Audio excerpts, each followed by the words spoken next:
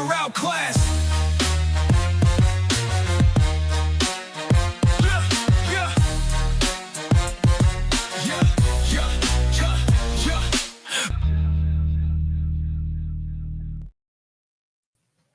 Welcome, everybody, to the Vegas Bad Boys podcast. I am Sin City Steve, and I'm filling in for Matt Michaels. And joining me is Vegas Trump guy, Rob Bossoleri. Rob, how the hell are you, man? I'm good. Good. Why not? Let's say we're good. I'm good like Yeah. Scorpio Sky. I've got a second wind. Hey, man, there you go. That's all that anybody can ask for. Well, dude, we've had a crazy week of pro wrestling, and we're going to have an even crazier week coming up because, as you can see on the screen, this week alone, Raw, NXT, SmackDown, I don't know about Speed, NXT, Great American Bash, which just so happens to be running head-to-head with All In Texas or Y'all In, and Saturday night's main event and WWE Evolution. Dude. Quite a week. It sounds like an exciting week for one company. I don't know about the other one because All In better not suck. They're literally assembling it in front of our eyes. Hey, man, the thing is, say whatever you will about the counter programming, and I know Tony Khan actually, I don't have the graphic, but he mentioned that it was good that, you know, that how they've been building All In, and yeah, the last 2 weeks, it's basically come into focus. But before that, how long have they had to be able to build up this show? But I do have to say, MJF had some pretty interesting comments that just hit the internet actually earlier today, saying that it was good business for WWE to counter program AEW, and that yeah, Triple H and Nick Khan knew exactly what they were doing. So take that however you will. Obviously, there was some MJF in-character work being done there at the same time. But yeah, crazy shit. Well, let's jump in, man. Let's talk about the week that was in pro wrestling. And let's start with the snooze fest that was SmackDown. I forgot I watched it. Yeah, pretty much. The only thing that was really of note was the presentation for Solo Sikoa. I can definitely get behind it. Looks like his nose is taking a detour. Yeah, man. And you know, they're portraying him like a freaking mob boss, dude. He's got JC Mateo, you got Tangaloa, you got Tala Tonga back there. Yeah, interesting shit, man. Did you happen to check out SmackDown? Yeah, so here's the thing with SmackDown. That was the only interesting part, but it's going to be what we're going to see for a while. You're going to see the Jimmy Uso get the crap kicked out of him. You're going to see Jacob Fatu get the crap kicked out of him. They're going to have a bloodline civil fucking war. Just get it over with. Weren't you talking about that like 6 months ago? Dude, I called it. Now, Here is the only question. If we are going under the assumption that Sami Zayn is on his own solo path, then he will not be in it. It needs to be blood out, blood in, blood out. That's what you need to call it. Yeah. It's going to happen in November. Yep. You fight along up to Warp Games, and you will have blood in, blood out, bloodline civil war. Winner controls the family. And you have to have, but Rob, you can't do this. He's got so many other important things to do when he comes in. Fuck you. Roman Reigns, the Usos, Jacob Fatu on one side. Yep. Then on the other side, some iteration of the pairings you've seen with either JC Mateo or Tama Tonga should he return. Yeah. Okay? This is easy. Now, let's say you do. No. Marcus, no. I'm going to tell you what, no. The reason why you don't do The Rock as a surprise referee is because he would be aligned to Roman Reigns. He doesn't care about these guys from New Japan Pro Wrestling. He doesn't give a flying fuck about NJPW. He might wear the T-shirt, but it will be you add Sami Zayn, and then you have 5 versus 5. You could do it that way. But yes, that's how you do it. And it's got to be war games. Got to be war games. Got to be war games. Got to be war games. And now our own Matt Michaels and I talked about this behind the scenes. And Matt's idea is Roman Reigns is too important for that. Now, he's being repackaged. And his mic skills have improved. He doesn't need Paul Heyman. He comes back and he reforms the original bloodline. OG bloodline versus New Bloods. This is so fucking easy. New Bloods. OG bloodline. And Marcus says, and that's where you do the swerve. The Rock comes out as an NJPW partner and sides with the New Japan guys. I don't want to see The Rock for a while. I don't want to see The Rock either, man.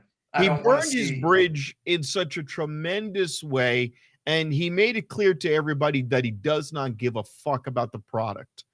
And you go, oh, how could you say that? How could you say that? He doesn't care about the. Well, I spoke to Ori, and Ori said, "Could you get your ass out there and maybe do something for the people?" And I said, "Why not? I've got 10 minutes to burn." Hey, by the way, it's all the work. Yeah. Fuck you, Rock. Hold on, no, because The Rock would have had enough sense not to do that. Fuck you, Dwayne. There you go. Moving on. So.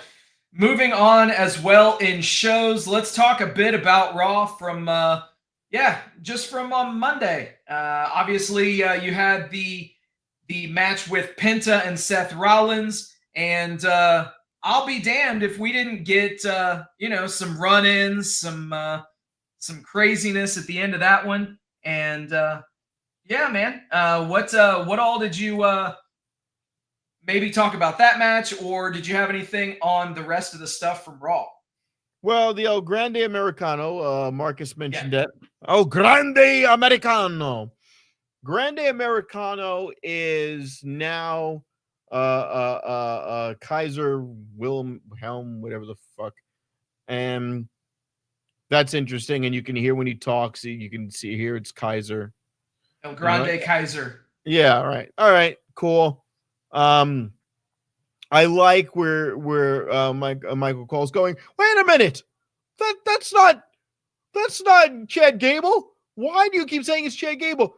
They're selling the mask as the Chad Gable Grande Americano mask in the shop WWE. I'm holding it. It's one of those jokes that they just won't drop, and I don't get a payoff for this. I don't know what.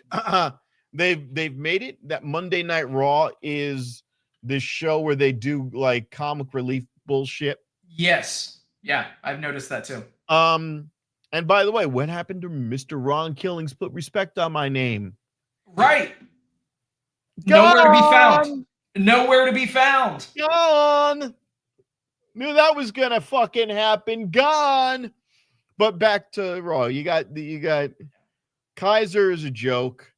And now he and you know what happens? He'll have one more comeback and it'll go nowhere and he'll be booted. Yeah. Okay, Sami Zayn is the plucky underdog. He doesn't work out. He doesn't do this. He doesn't do that. I liked how see where that got you. You see where that got you. Laid out and injured by Cross. Yeah. Now, but again, why is he fighting this fucking weird faction that doesn't have a name instead of fighting Karrion Kross? Why is Karrion Kross relegated to wielding a pipe? This is shitty. Kross. Or what's even worse is cutting a promo during a commercial segment that he was extremely over for, and the crowd was chanting his fucking name during the promo. Yet you didn't see it because it was done during a commercial break on Netflix. Here's my thing. What did he do backstage? He got over organically. That's the problem. They didn't want him to get over, and he got over. And they don't know what to do with it now. The more they stay the same. They don't, anytime, it's like with Bryan Danielson, and when they were forced to put the belt on him, Yep. and he won the triple threat match against Randy Orton and Batista. And you go, oh, we're going to make it look so painful. We want to make this look so painful that he won. We want to just give it to you to shut you up. And we're going to make it look obvious that he should not have won. And they still chanted for him. So they had to actually You're damn right we did. I was in that audience, man. That was epic. And the yes thing. And they put Stephanie McMahon out there. When you put McMahon out there, Stephanie, she's obnoxious. She tries to impersonate her dad. She's annoying. She knows it. She leans into it. She's a good heel. However, when they had to call him the B player. B+ player, yeah. The B+ player. He's one of the greatest technical wrestlers of all time. No shit. Calling him a B+ player when you've got Batista in the ring who's phoning it in. All right, fine. Batista. Yeah, right. So now you've got this scenario where they've got Michael Cole going, oh, the fans really are getting behind this guy. There's a groundswell. Shut him up. Muzzle him. And by the way, I can't believe I'm saying this, but I'm so happy that he has the partner he does on commentary right now. Yeah. Okay. I never cared for Michael Cole Jr., but he deserves it. He put in the hours. I can't even remember his name. He's so fucking forgettable because he's Michael Cole Jr. in my eyes. Are you talking about Pat McAfee? No, he's not Michael Cole. No. Who does he have right back on Raw again? Who's the new? I couldn't tell you, man. I couldn't tell you. I don't fucking know. I don't fucking know. Does it even matter? The commentators should matter. You notice and we'll get to it later, but that AEW took Shivani out of commentary on Wednesday, and they put in somebody good. They have a good balance there. They have Ian Riccaboni now, where Shivani used to be the third guy. Taz, Excalibur, Riccaboni. Perfect. Do not fuck with that. It's the right balance. Yes, you have Schiavone on Collision. Yep. And he's not bad with his pairing with Nigel McGuinness. Exactly. Also, let's be real. A lot of times they tape Collision. Yes. So thus they can edit shit in post or make him look go in and make him look better. Yeah. Right. Now, we'll put up that thing for Raw right quick and let me fire through it. You have that image for Raw. I'm a scatterbrained person. Seth Rollins versus Penta El Cero Miedo. Penta is going nowhere fast. Nope. He is being thrown into some big storylines. However, they're not about him. Right. They're about other people, and he's being used as a catalyst. Hence, you get L.A. Drake. We get to the women. Let's get to the new women's tag team champion, Roxanne Perez, right? Yep. Roxy. Another scenario, but she has mic skills, and they're building a good storyline around her, and she's endearing herself to the Judgment Day. They threw her into the Judgment Day because she had the goth look going on, so why the fuck not? If you wear black lipstick as a man or a woman, you will end up in the Judgment Day. But she's good. Yes. She's doing a good job. So in that instance, Kairi Sane, side person right now. She's there for the sake of being there. It will be Asuka and Kairi Sane versus, now again, Roxanne Perez. I can't even remember her tag team partner's name because she's forgettable, unfortunately. Raquel Rodriguez, but yes. Exactly. Completely forgettable. Unfortunate. I feel bad for her. You know what? Raquel Rodriguez looks like a frustrated mom who just wants her kid to do what she's asked. Like, could you just please? I just want you to do this one thing and just. Oh God, I got to go in there and fight Rhea Ripley. Can you please just help out? Raquel Rodriguez looks like somebody who needs help bringing her groceries in. She's got this frustrated mom look on her face all the time. Forgettable. And she, even the way she holds the titles like two babies, she's just like, guys, you're leaving me with the belts. Why are you holding a vigil? She's not, just bad, terrible. Yep. What else we got?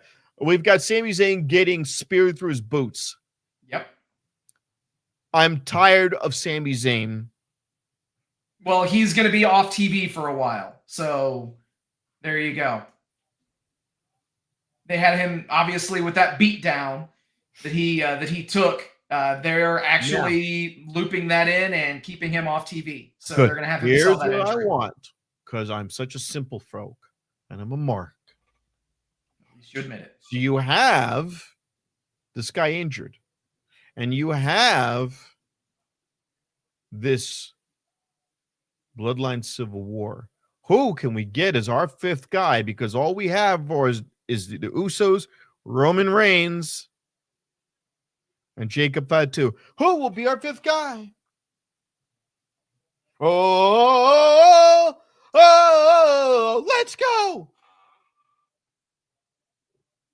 Yeah. It's so easy. It's such fucking easy. And Dude, guess what? It'll be, you'll sell shirts and say Sammy Uso. You'll make a lot of fucking money. The place will go off the charts. You can do that faggy decibel thing you do. Everyone will be happy and you will all make money. Now, I'm stupid because I thought it was about, at least you admit it, you making money, WWE, and then making the fans happy. I thought that's what it was about.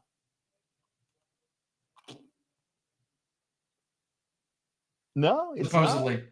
I thought Supposedly. that's what it is.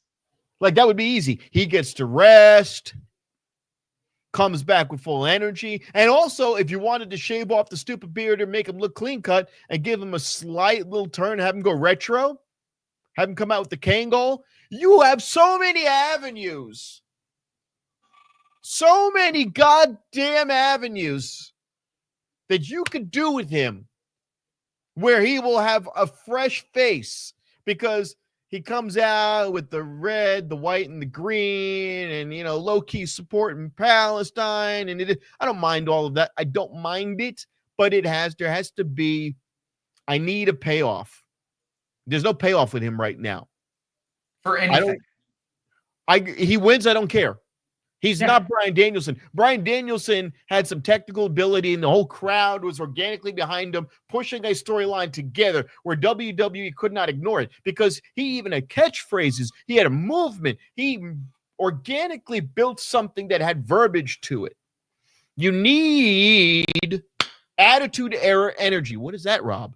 That is where you have catchphrases, audience participation. Sami Zayn doesn't have audience participation. And Sami Zayn is going, you know, and every time I fall down, I get back up. So what? I don't give a shit. You're not entertaining anymore. You need to either be with the Bloodline or with Kevin Owens. That's your lot in life. Sorry. Would you be a champion maybe in TNA? Maybe. Maybe. Would you be a champion in NJPW? Maybe. Yeah. AEW? No. Never AEW. They wouldn't know what to do with you. TNT champion at best. Right. So, and then, you know, but continue on to that list. Let's see the list again. Oh, Becky Lynch. She's holding on to that belt and treating it like she is the women's world heavyweight champion. She's fighting Bayley, and Bayley is fighting some forgettable Irish chick, Lyra Valkyria, who we had all the hope. What? The bird chick. Yeah. I liked her, but she has no mic skills. Zero. She is a little girl fighting women. It literally looks like she's fighting her mom and her aunt. Shit. That's the energy I get. It's a teenage daughter fighting her mom and her aunt for a mid prize. And they are fighting the way they are to try to put her over, but it's not working because They called her a bitch. She said, "You're a disappointment." A disappointment is the best your brain can come up with? Exactly. Who's writing for you? You two are a disappointment. Oi. Like, What the fuck? this is so... Oh my God. It's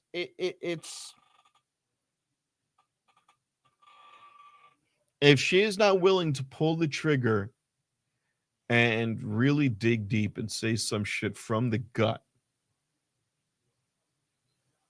then I don't care. Yeah, exactly. You Unfortunately, that's how I feel largely about the entire product of WWE right now, bro. And you know how this changed.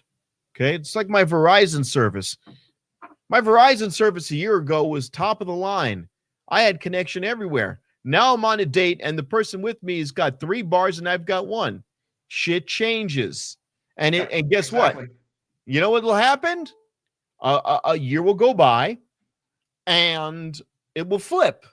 Yep. The difference between this and Verizon, I have a contract with Verizon. I am a fan. I have no contract with any of you. I am not beholden to any of you. Right. And the problem is the AEW product is not that much better. It is better than it's been, but not great. There is nothing great, maybe TNA. But the problem is I'm watching these 2 programs. I'm not watching everything in between. Yeah. Well, the big problem too is, TNA is getting destroyed by NXT guys. For the love of God, you've got an NXT guy rocking what's that? Trick Williams down. Yeah, exactly. But I mean, even still, man, I don't know.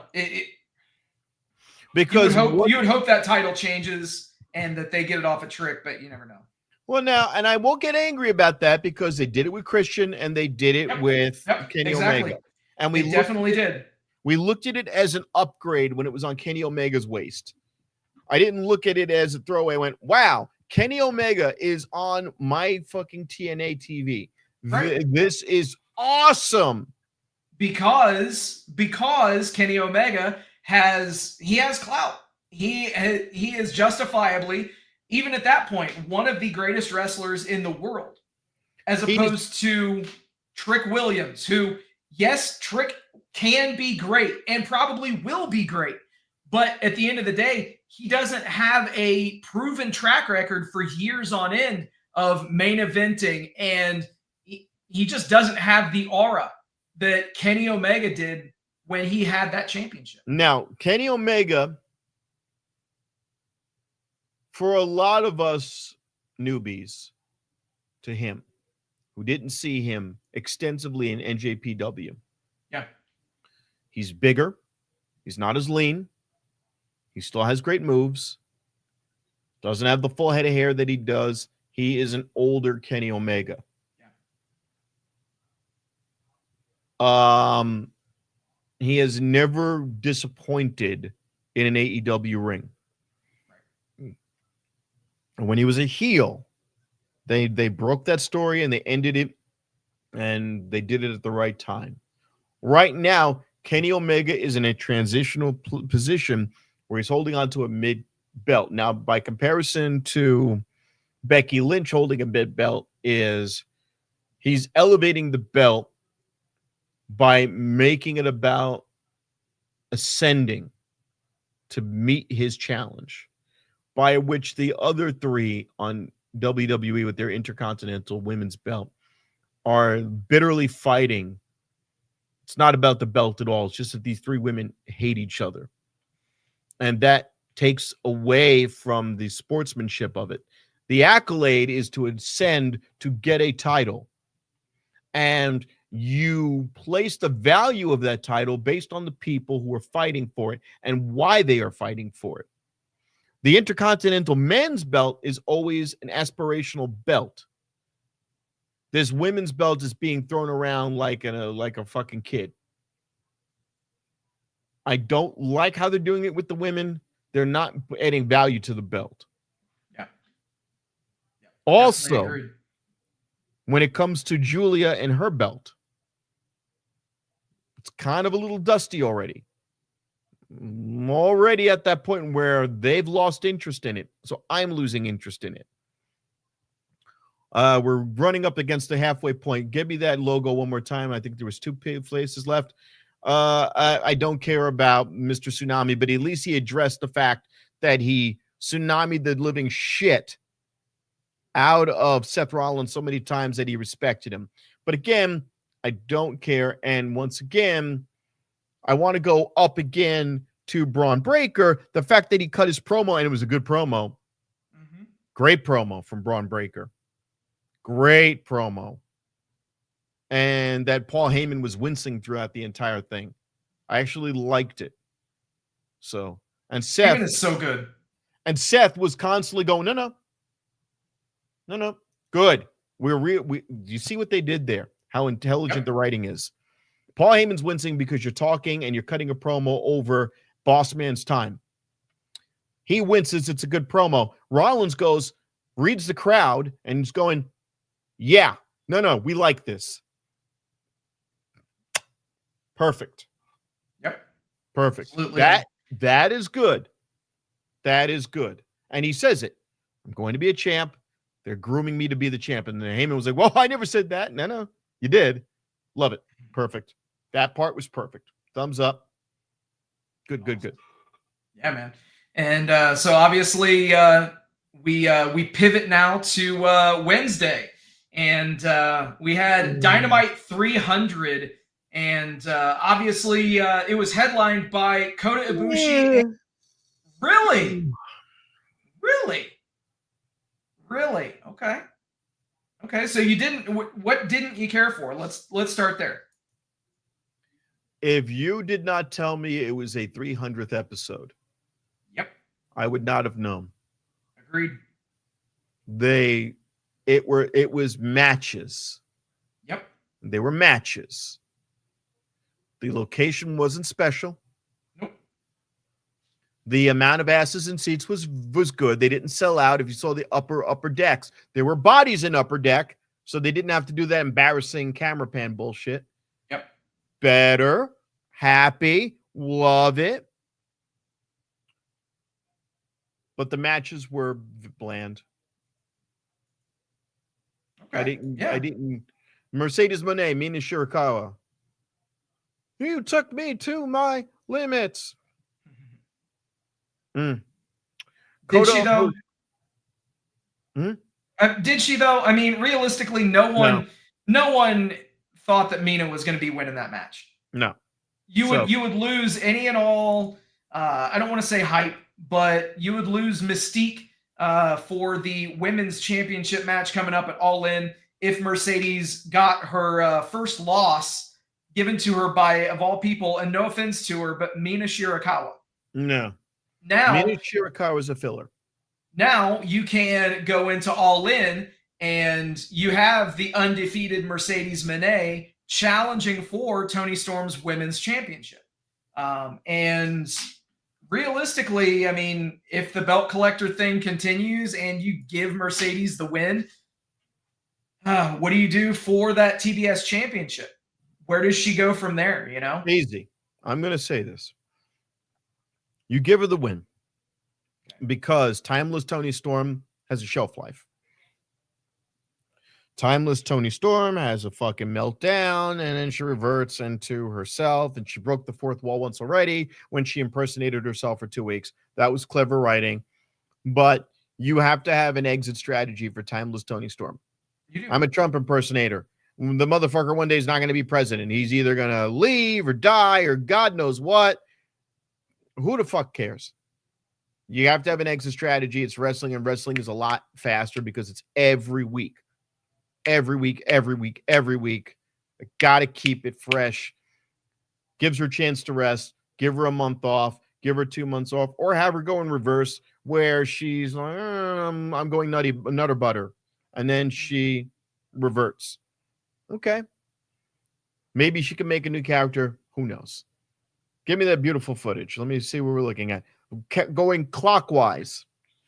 MJF versus ex tag team buddies. What the fuck? Anthony Bowens, fuck Fox, don't give a shit. And what's his name? He robbed the name from somebody else. Brody King. Brody King. Don't give a shit about any of these guys. Yeah, that's unfortunate. Yeah. And the entire match is just MVP screaming at MJF. Of course. But we all knew how this match was going to end. MJF picks up the win and becomes entrant number 2 in the Casino Gauntlet match, where he's going to be, starting things off versus Mark Briscoe. I mean, realistically, you could have seen it coming from a mile away. It is what it is. But let's take a look at the other. What? This is why I'm yawning. Yeah. The other 3 people in the match, Brody King, realistically, he's not doing anything.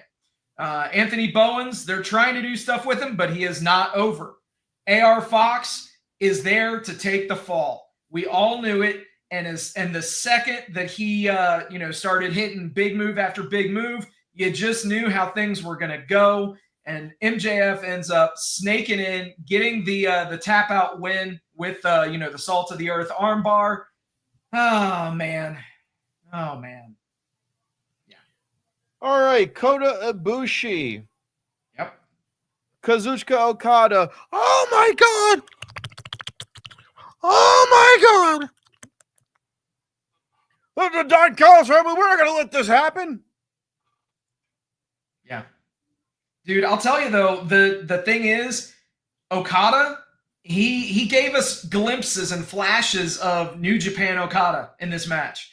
It wasn't all the way there because, let's be real, his effort has not been what it has been in the past. But nonetheless, I don't think that this match was so much about the match itself as it was about the post-match. Because obviously you had Okada pick up the win to keep him strong for his match with Omega. And then you had the family, interfere and beat the shit out of Ibushi. When who comes out to make the save but a returning Kenny Omega, who's been off TV for a couple of weeks? Why not? Realistically, you're going to have the family out there to support Okada. You might as well give Omega Ibushi. Yeah. All right. I get it. Yeah.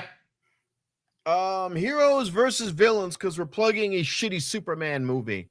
Hey, man.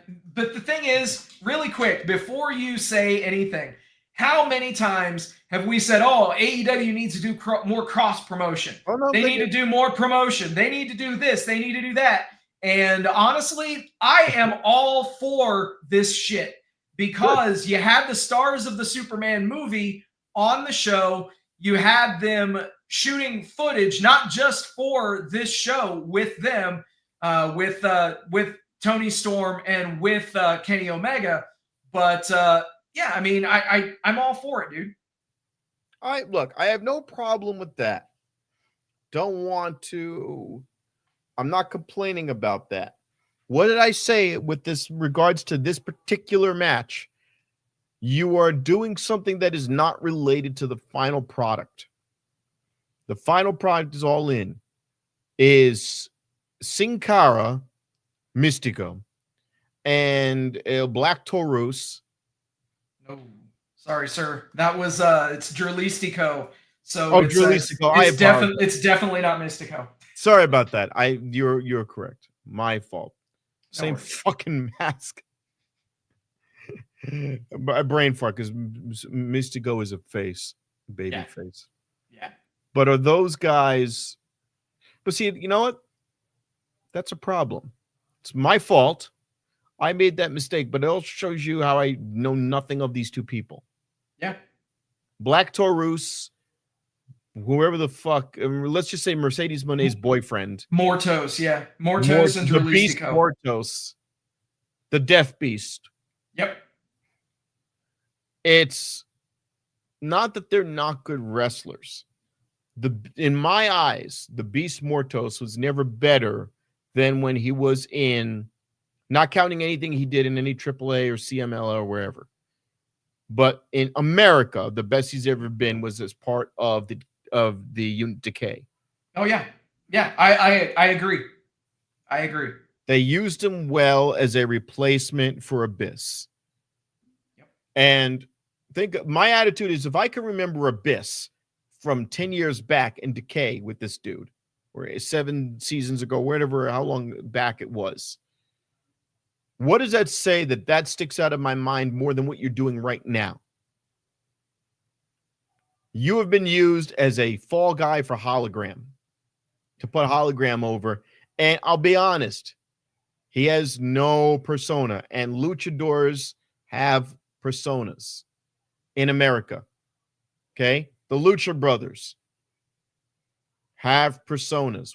When Pentagon Jr. came out, and again, oh, you're a TNA mark. When he came out in TNA with the big black tongue and all that weird shit he did, and I was like, wow, I got to watch for the last 10 years this guy's career elevate. And it did elevate at AEW. I do not want to take anything away from him. What he did in AEW, his career elevated. I think he's plateaued to WWE because they threw him at the wall too fucking fast. And the idea that now his English is decent enough. I like that he had Alex Abrahantes. I like that he had a hype guy bouncing around.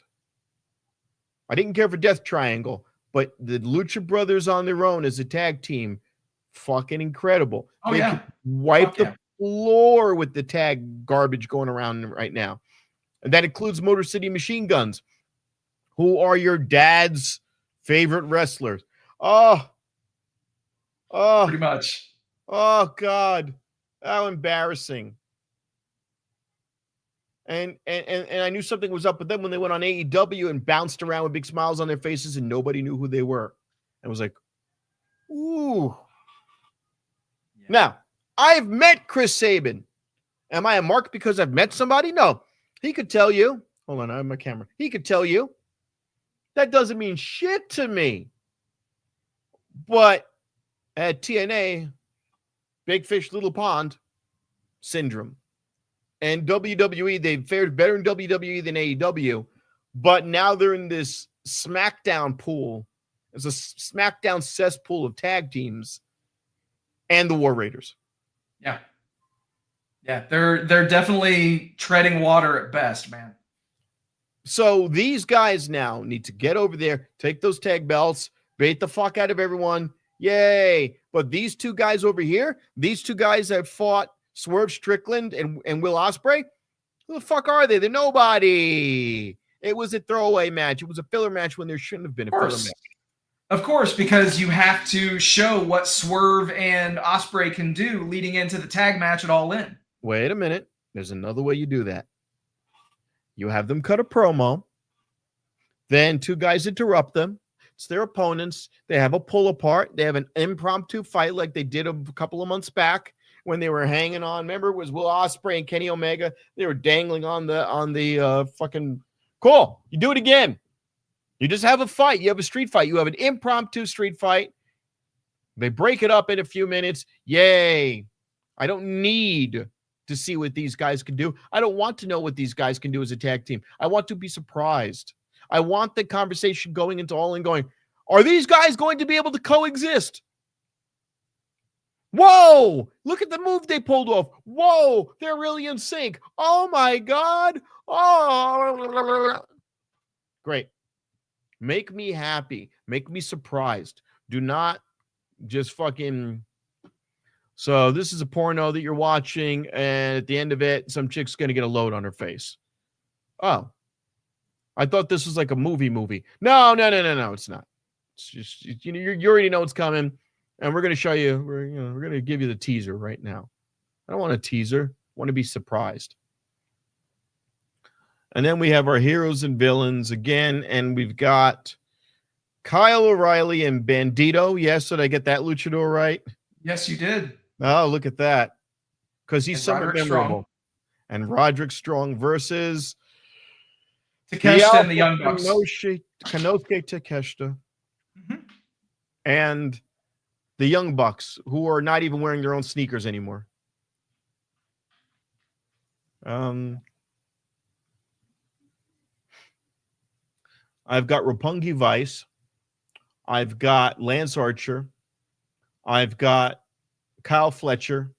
I've got deep, deep pockets of wrestlers that could just go in and interrupt matches. Okay. Don't care. Yeah. So ultimately, the main reason why the Bucks were on the show, though, obviously this show came from Ontario, California. So we're looking, it's technically Yep, Young Bucks hometown. So you had to figure they had to be on the show in some way, shape, or form. So that was that. But yeah, man, honestly, I know that you weren't a fan of this episode of Dynamite. I thought that it was pretty entertaining. So to each his own. And I do have to say, though, did you happen to see Collision? Scorpio Sky. Scorpio friggin' Sky. Yes, he did come out to answer the Max Caster Open Challenge. And yeah, Scorpio looked great, man. He came out with Christopher Daniels and Top Flight because clearly those guys aren't doing anything on AEW TV. So why not group these guys all together? And Scorp came out with Dodgers-inspired gear and had a bit of a Rocky thing going on. What do you think, man? Where do we go from here with Scorpio Sky? The son of a bitch doesn't have mic skills, but he looks amazing. Yes. He looks the part.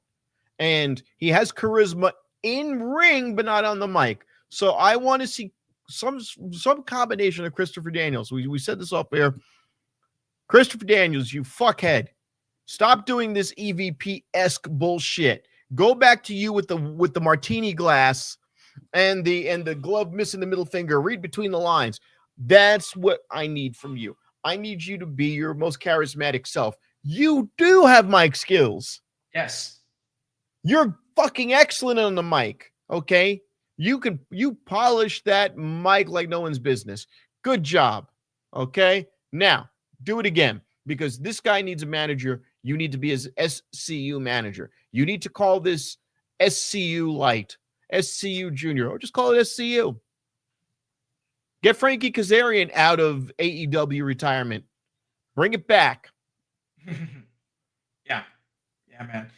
And regardless, we'll see where Scorpio goes from here. But the other major thing that I have to talk about with Collision 100, which, by the way, is interesting in itself, that they have reached 100 episodes on Collision.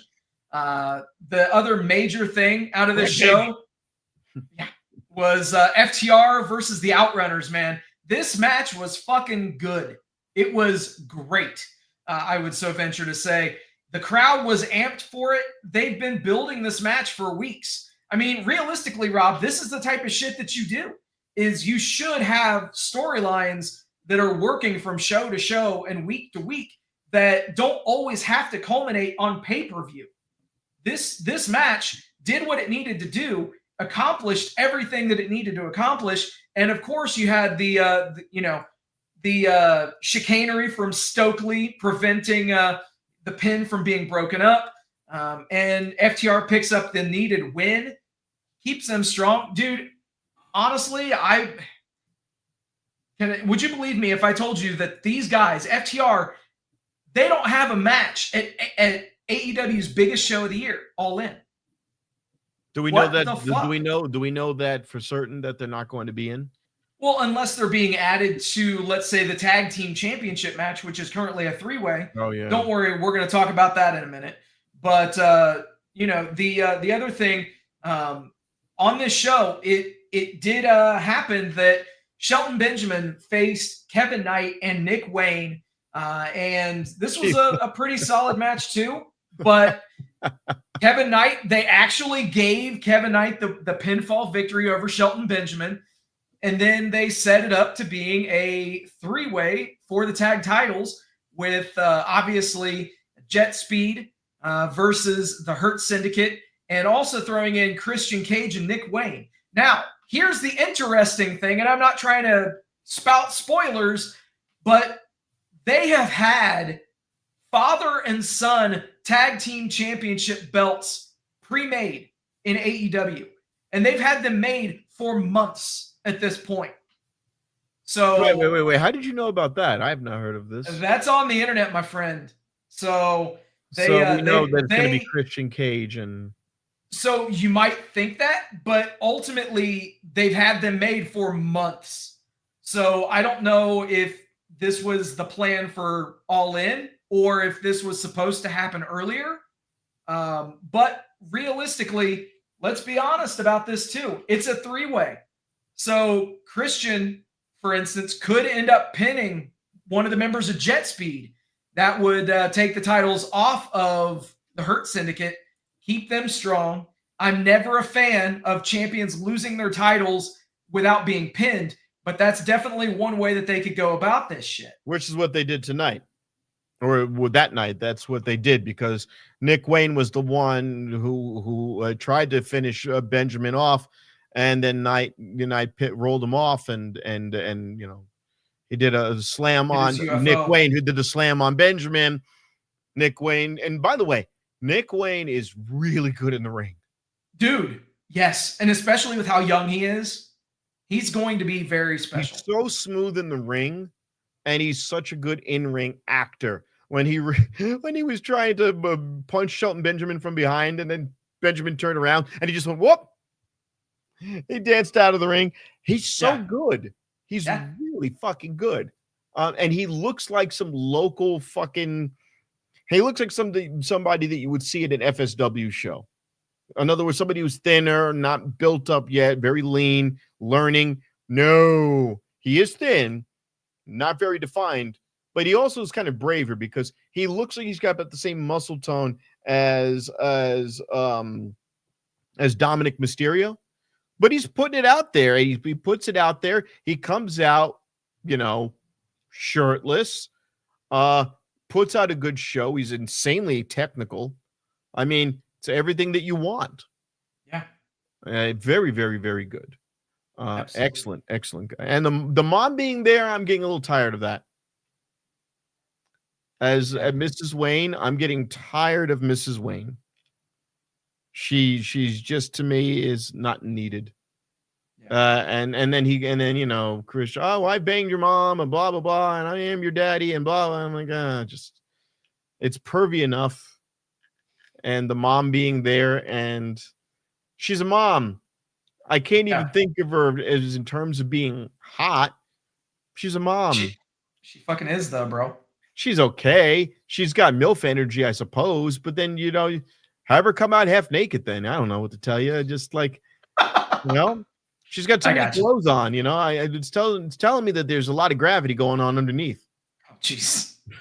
I'm just, let's call it what it is. Maybe a few blue veins here and there, Jeez. Yeah, exactly. So obviously, all of that stuff. And also, we did have what ended up being a number one contenders match for the TNT title, as Kyle Fletcher faced Daniel Garcia. Fletcher obviously picked up the win and ended up hanging out in the Fletchlight section during that match.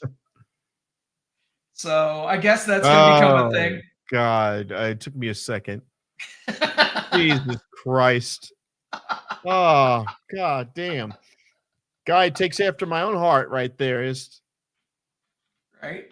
The Fletchlight section. Fletchlight section. And obviously, with this being the final All In, or the final Dynamite before All In, we got, the go-home show is taking shape. You got the Mark Briscoe and MJF Talkie Talk segment. You've got the All-Star 8-man tag, and don't get me mistaken. Seemingly, we've been doing a lot of All-Star 8-man tags, which mean we're just throwing shit at the wall to see what sticks and putting people in random matches. I've never been a fan of it, but we're continuing to do it here on Dynamite, as you've got the Young Bucks, Moxley and Claudio, versus 2 out of the 3 members of the Ops, Shibata and Powerhouse Hobbs, teaming with Will Ospreay and Hangman Page. That's definitely a lot of combustible elements right there for sure. And down there at the bottom left, you also see the third member of the ops, Samoa Joe, going one-on-one with Wheeler Yuta.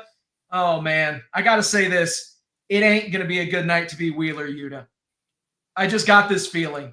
It's yeah, he's gonna get his ass beat. And then also the idea is you can't see his eyes, the hair, the fucking ridiculous beard. They're trying to make him look hardcore. they're trying. He doesn't look hardcore. You know what I think I'm gonna say?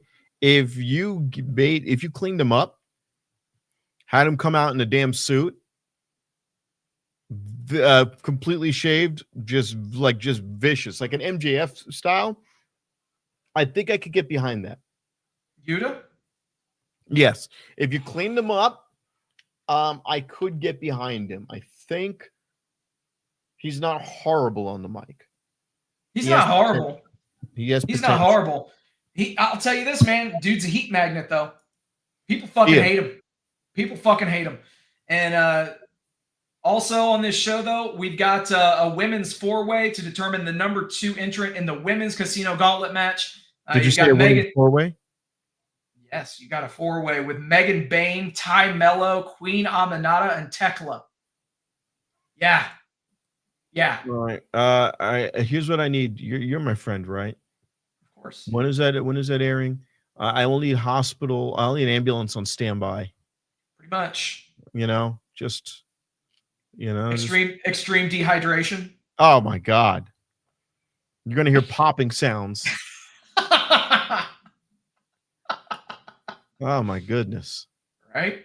And then again, Timeless Tony Storm and Mercedes Moné. They're got that final face-to-face. So they've been dancing around it and getting some shots in on one another. But they're going to be doing one more face-to-face promo this coming week. So let's see where that goes.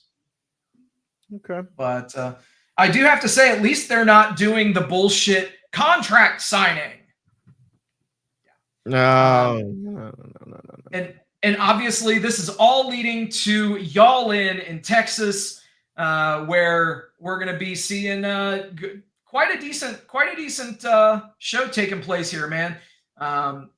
So you've got number one. I do have to say this as well. Over 20,000 tickets sold here in the U.S., which they have now passed their event at Arthur Ashe for the highest number of tickets that they've sold in a U.S. show. So props to them, man. But how many seats? As of 4 days ago, it was just under 21,000. But how many seats are still available? So they have, 30? I believe, they've set up the arena for 25K. So they still can put 5K more into the stands. When's the show? It's going to be in a few weeks, 2 weeks. Saturday. Right? Oh, Jesus Christ. Yeah, that's right. It is Saturday, sir. So, what were you about to say? Yeah, so they're not filling that stadium up, though. No, they're not going to. Anyway, let's just run around the card here. You've got Jon Moxley and Hangman Adam Page in a Texas death match. You've got Timeless Tony Storm and Mercedes Moné for the AEW Women's World Championship.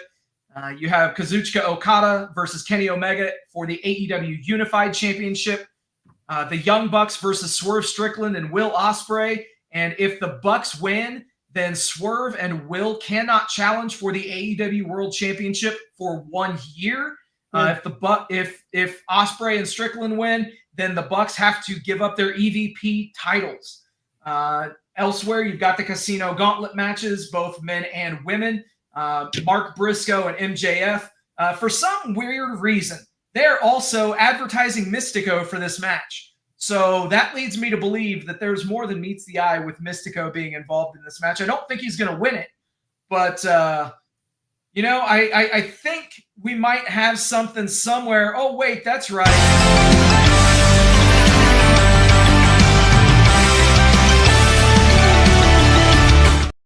All right. So the over-under lock of the week is not that Mystico wins this match, but it's very easy to sit here and say that, oh, MJF is the odds-on favorite to win this Casino Gauntlet match, but he will not. And the betting odds say accordingly. An overwhelming favorite. Put the house on it. Mystico will cost MJF this match. Whether he influences the final fall remains to be seen, but he will stop MJF from getting this title shot and thus continuing their feud, because as we saw, he showed up in MLW last week. And by he, I mean MJF. He showed up and beat the shit out of Mystico, and they did not even reference it on AEW TV. So it wouldn't surprise me if they do mention it this week to kind of set the stage. But yeah, Mystico is going to be involved, and he's going to cost MJF this title opportunity for sure. So, but as for the rest of y'all in, we mentioned the three-way tag match, Patriarchy versus the Hurt Syndicate versus Jet Speed, and Adam Cole versus Kyle Fletcher. And let's do this, man. Let's do a little quick prediction. Who do you got for these matches? I'll do the fast rundown. That fair? Yeah, I love it. Okay, Paige wins. It'll be a lot of chicanery, but Paige will win. Everyone wants that. Moving on from there, Monet wins, gives you time for Tony Storm to reset. Omega wins. Why? Okada's ability to really communicate well. He needs a reset too, unless he goes even fuller behind Don Callis, but I see Omega winning. Swerve Strickland and Will Ospreay will lose. You'll have a year for them to feud over it. There is that such a weak stipulation that they're clearly going to lose. Briscoe versus MJF. Mystico fucks MJF over. Briscoe wins. It's a meaningless match. For a world title shot, yeah, Briscoe can do more with it than MJF can. Unless now, keep in mind, that's the Casino Gauntlet match. So random entrants at random times, and we could see some returns. We could see some debuts. So keep that in mind. It's possible because MJF does want to be in title contention again. So unless somebody advocates on his behalf, he loses because of Mystico. The women's gauntlet match for a guaranteed world title shot. I don't remember all the women in that one, or if we mentioned that. Did we mention that? The only person that has been named was Chris Statlander, who won a match last week. 2 weeks ago, to be the number one entrant.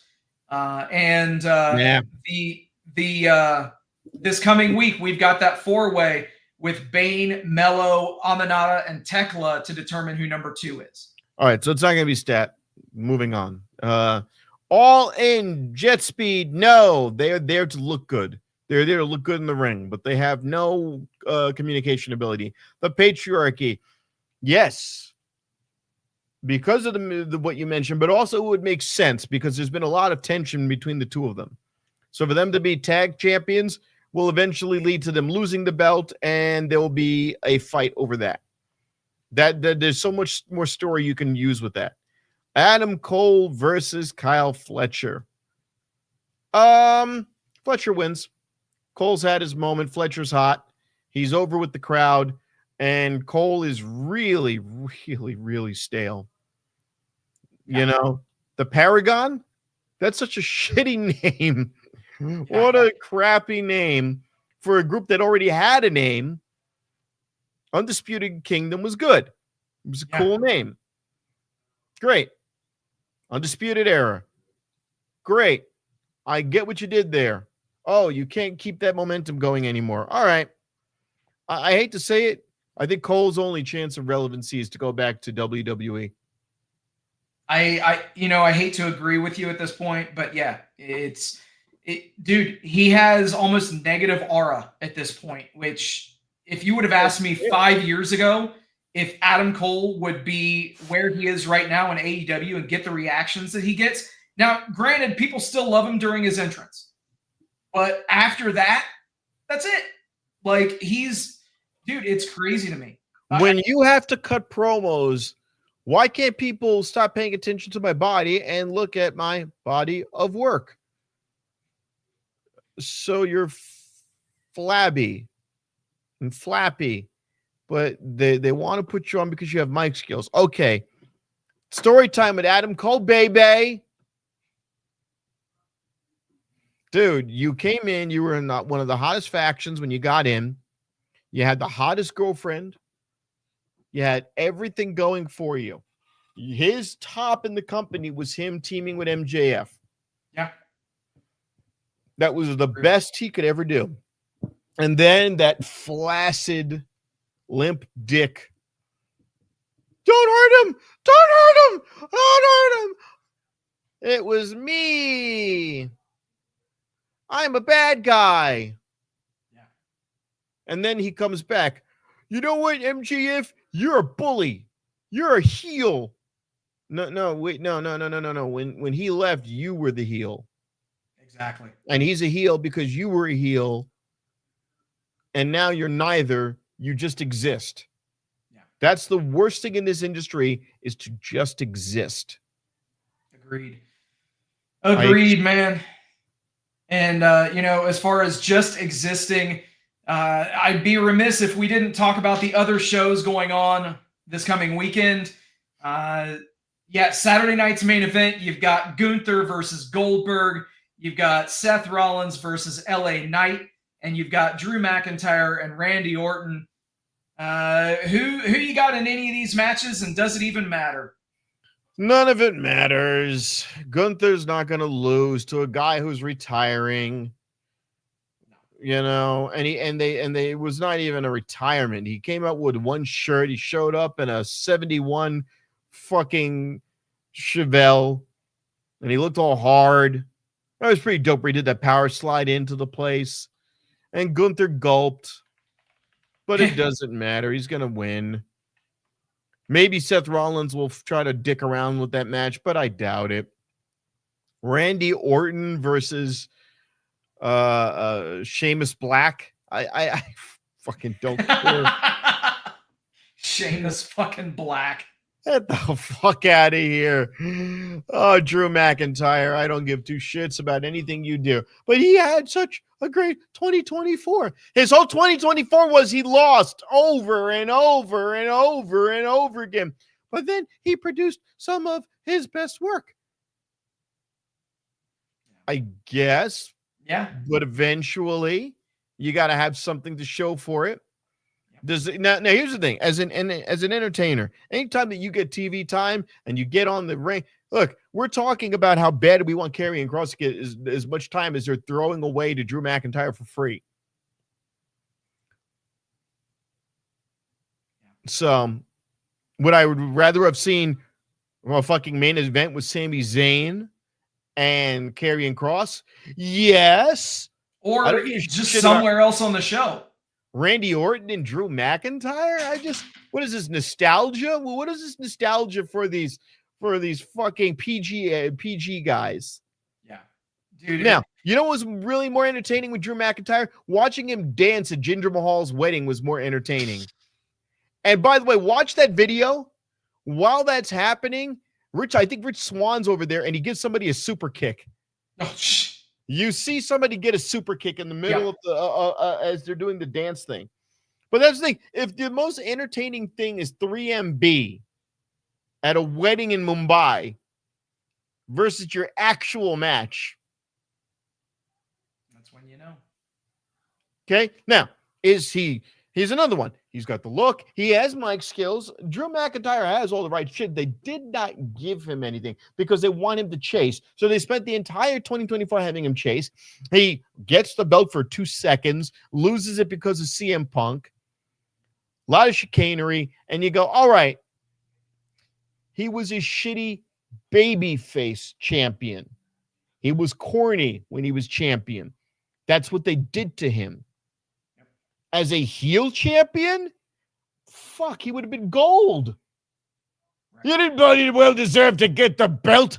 I'm bloody Sheamus Black. You'll never get this belt. Good. Have him play keep away, a la Miz. Fuck yeah, I would have gotten all behind that. Hell yeah. Yeah, definitely, man. You know, speaking of the championships, there is also another show this weekend, Evolution 2. So you've got Io Sky versus Rhea Ripley. You've got Tiffany Stratton versus Trish Stratus. You've got the 4-way women's tag team title match, Raquel and Roxanne versus Alexa Bliss and Charlotte Flair. First off, what the fuck is with that team? Anyway, Sol Ruka and Zarya, and then the Kabuki Warriors are in there as well. You've also got the Women's Intercontinental Championship, Becky Lynch versus Bayley versus Lyra Valkyria. NXT Women's Championship, JC Jane versus Jordan Grace. No Holds Barred, Naomi versus Jade Cargill. And you've got the Battle Royal, which is going to include names like Stephanie Vaquer, Nikki Bella, Jada Parker, Izzy Dane, Kalani Jordan, Lola Vice, Tatum Paxley, Lash Legend, and many, many more. All right. Throw that up right now one more time. Yeah. We're counterclockwise. We will start out with my girl, Jade Cargill. This could go really bad, or it could be her defining moment. She knows that now. And Naomi is a legend, future Hall of Famer. Naomi will do everything in her power to make this go well. Yeah. But I look at Jade Cargill as haphazard. And a no holds bar match is a botchlandia waiting to happen. Number one. Number dos. You've got the 4-way tag thing going on. The other tags, it's obviously going to be Natalya and Maxine Dupree as one of those tags. No. So you've got Raquel and Roxanne, Alexa and Charlotte, Sol Ruka and Zarya from NXT, and the Kabuki Warriors, Kairi Sane and Asuka. Wait a minute. So then what the fuck have they been pushing this every Monday Night Raw? They keep going, Maxine, Natalya, you are going to be a great tag team. You should go talk to Adam Pearce and be a tag team. They might be a tag team, but they ain't on this show unless. All right. Because you had the logo was black on the other two. Yep. So I'm like, all right. JC Jane, you getting your ass beat, woman. Mm-hmm. All right. Now we've got. No, she doesn't lose. I'm gonna tell you why she's not gonna lose. Kabuki Warriors get gold. Maybe. Although I think it's going to be SmackDown. I think it's going to be the blonde women who get the gold, and then they get to have gold. But you keep it on Io Sky, because if you give it to Io Sky, people are now lining up to fight her. I see a very angry, after losing her tag team titles, Raquel Rodriguez beating the shit out of Mommy and costing her shot. Okay. There you go. That's the most logical thing. The evolution thing. All right. Obviously nothing's going to happen there. They're just going to try to put over Trish Stratus to make her look good. Put some oil on the knees, on the joints. Yeah. Tiffany's going to win that. No fucking around. Tiffany wins straight up. Now, the 3-way match, the battle of the bitch lashes. It's the bitch lasses. You bitch lass son of a bitch, whiny 3 women whose periods all lined up. Oh God, that's sexist, misogynist. It's garbage. How could you say that? Because that's the way they framed it. It's unfortunately the way they framed it. Matt Michaels would be having a fucking, explosion right now. He's probably jizzing the fucking LGBTQ flag right now. Oh my God, Rob, we're going to be canceled. No one's watching. I kid. I don't care. You have made this so unsavory and not about the belt that I don't fucking care. I don't care which one of you wins, but if I have to pick somebody who I would like to win, Bailey. Why? Yeah. Because it takes that tension and ratchets it up 1,000 yards. And great, now everyone's fighting for this belt, and maybe the belt will be the star and not these three women, because all three of them right now are boring. Yeah. And then we get back to Jade Cargill. I never gave an answer on this one. There's no winner in this because Jade Cargill wins. She doesn't get any love off it. She needs to have a mic sesh. She needs to have a breakout mic session. So it doesn't do anything for her. And proceed with caution. Her catchphrase is fucking awful, but she's doing the best work she's done. I hate the proceed with caution, or at least the way she delivers it, so mechanical. If she wins, it would cause Jade to chase after her and cost her down the line at a key moment. So it Like would maybe almost, when she's cashing in. yeah, exactly. So that would be better. Yeah. That would be better. So Jade, you need to lose. And also it also reflects your ability right now. Yeah. You have zero mic skills. I was so hopeful. I wanted it to be you.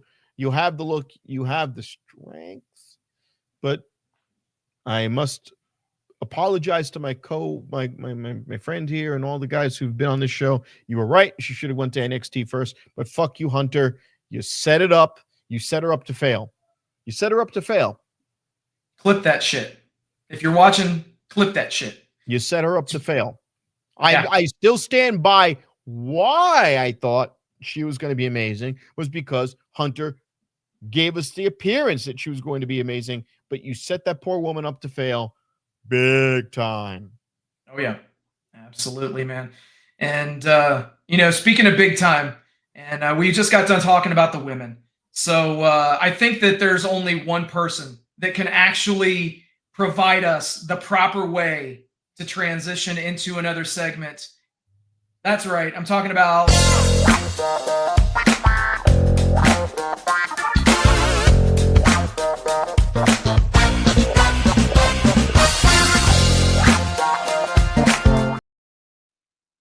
I don't have my hair. Hold on. The only thing I can do in this situation how's is that different than any other time? Ha!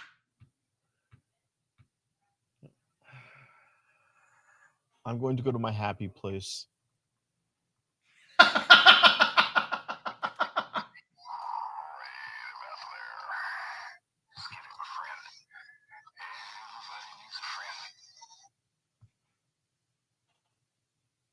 Gotta love it.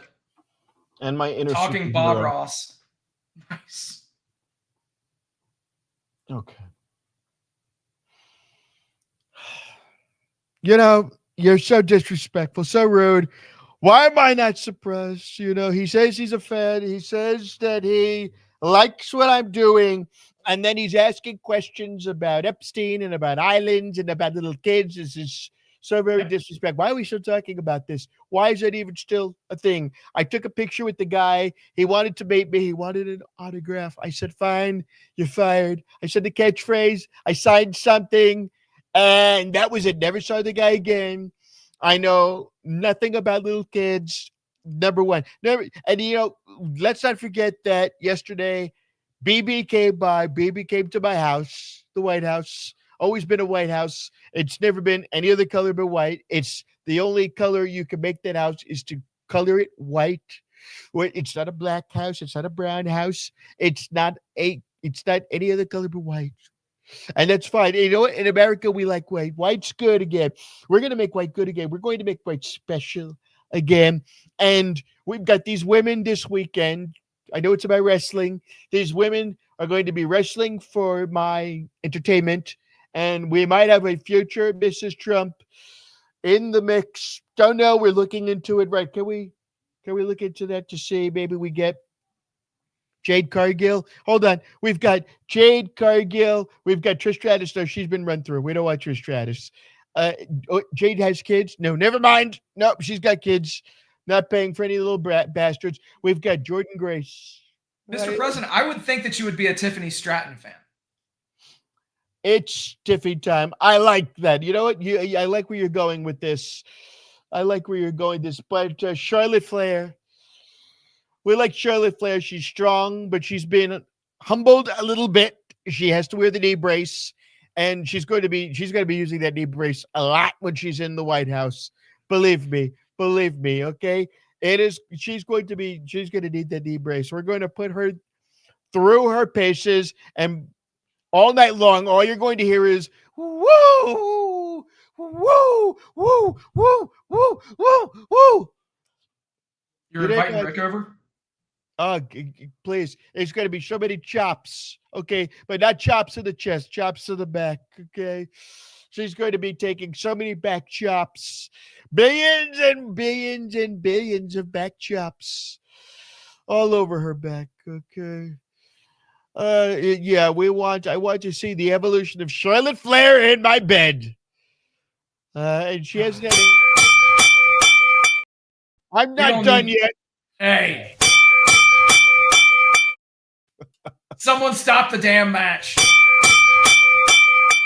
Stop the damn match. Come on.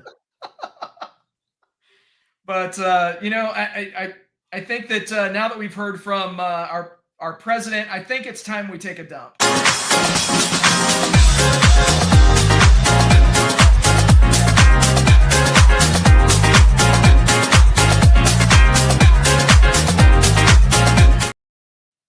And starting us off, actually interesting. I know that we just mentioned her in the previous segment, but Io Sky has not defended her title since WrestleMania 41, which was in April. For those keeping score, it is July. Just saying. Language barrier. Oh, Jesus.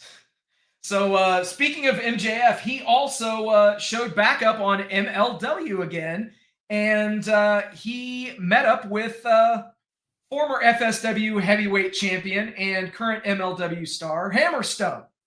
So you gotta love that. So good shit there. Also, in a much different type of a note, and something that is not meant to be taken as humorous, Seth Rollins and Becky Lynch's Southern California home was actually burglarized earlier this morning. So yeah, hopefully everything is okay. And yeah, man, above all else, whether you love these characters on TV or you hate them, you got to draw a line, man. It's a parasocial relationship, and they don't know who you are. You might think you know absolutely everything about them, but hey, idiots, they're playing characters also. Keep that in mind. Well, I want to jump in on this right quick. Yeah. There was a kid once who speared Seth Rollins at a live show. He was arrested. Yeah. And the next day he went on his podcast bragging, yeah, so I speared Colby Lopez and, Colby. And I'm like, dude, you didn't learn your lesson. I would have had the kid arrested right off spouting off on that podcast. I would have had him. I would have been like, oh, I see you didn't learn your lesson. WWE should have gone after that kid. I really hope they did and put a gag order out there and maybe gave the kid some time. In this case, I'm hoping it wasn't some psycho fan. I'm hoping it was just a rando. But the reality is a lot of these guys are not home most of the year. They're on the road. And you want to feel safe in your own place. Yeah, without a doubt. That's horrible. That's just fucking don't be that guy. Yeah. There's no excuse. Yeah, I leave here. I'm like, all right. I'm not like sitting in I don't have posters of all these people in every nook and cranny of my house with like candles going on. Like, be chill. Did you take them all down? Yeah. Okay. So I have to take them all down. Speaking of taken down, Tony Khan on the AEW All In media call that occurred earlier today actually stated, I am the only person with creative control over the show. I've had the final say since day one. So thus putting to rest the rumors of Mercedes Moné and her creative control that the internet just can't seem to shut up about.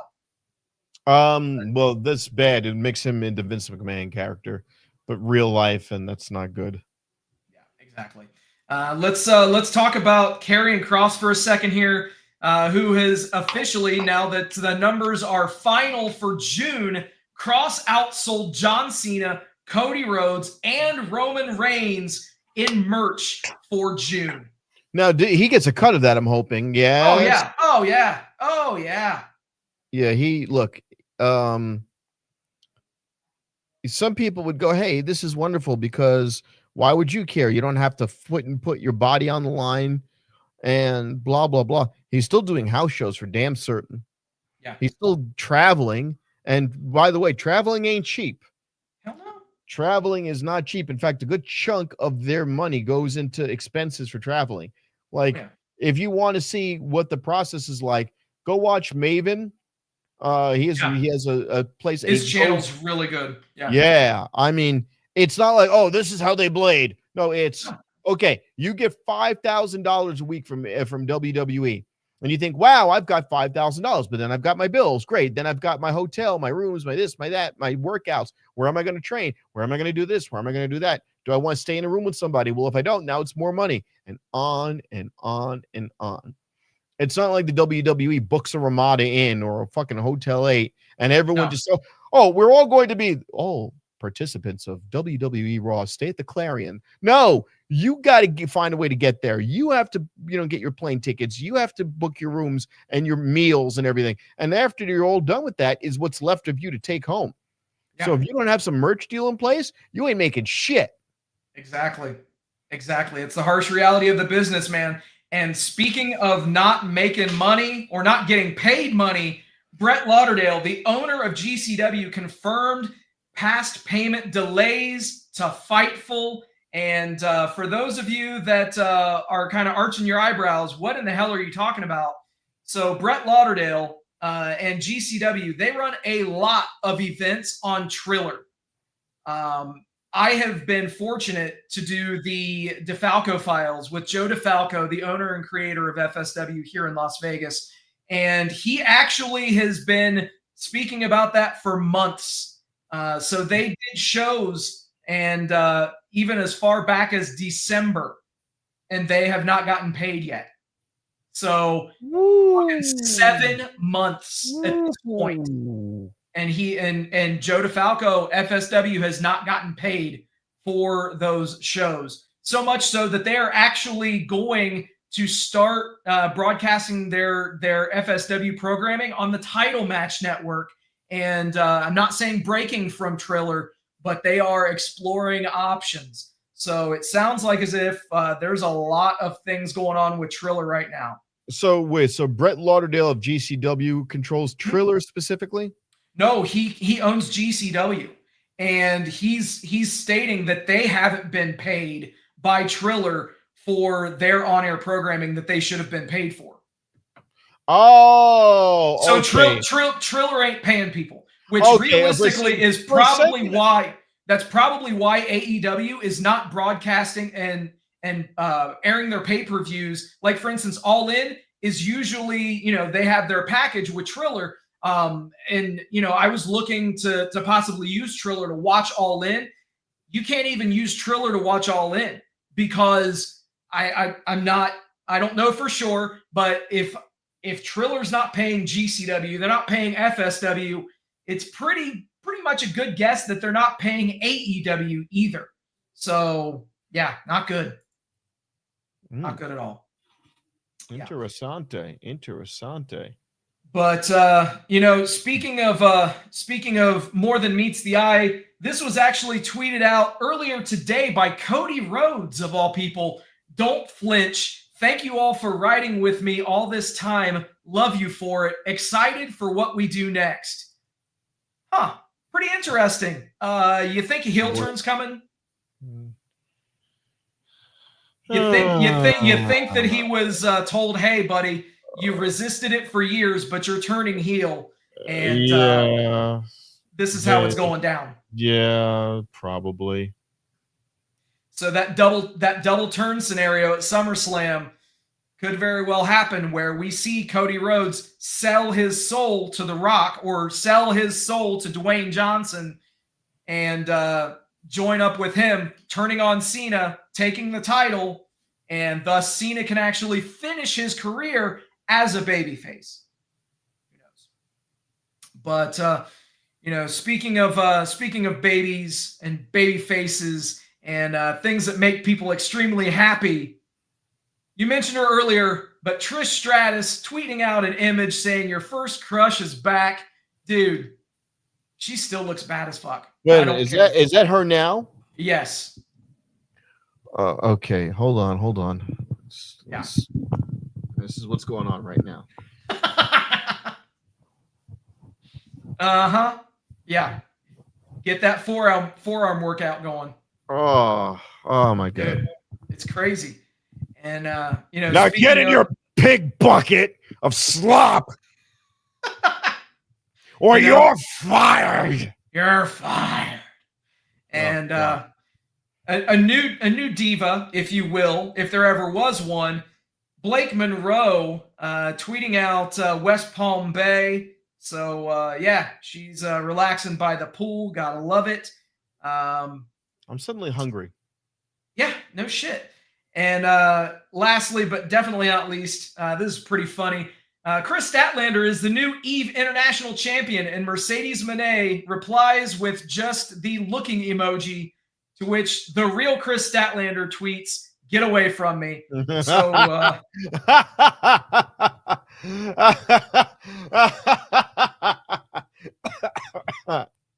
there you go, man. That's good. You gotta That's love really it. good. That's very gotta good. love that shit. So as we wrap up, Rob, let's get some final thoughts from you. Let's talk about some cameos. Let's talk about where people can see you do your thing. Well, you know what? It's funny you should mention it. I'm somewhat prepared this time, and I'm going to pull up. I know, right? What a shocker. While we're saying this, I'm going to pull up my Instagram, and you can see me at, let's see.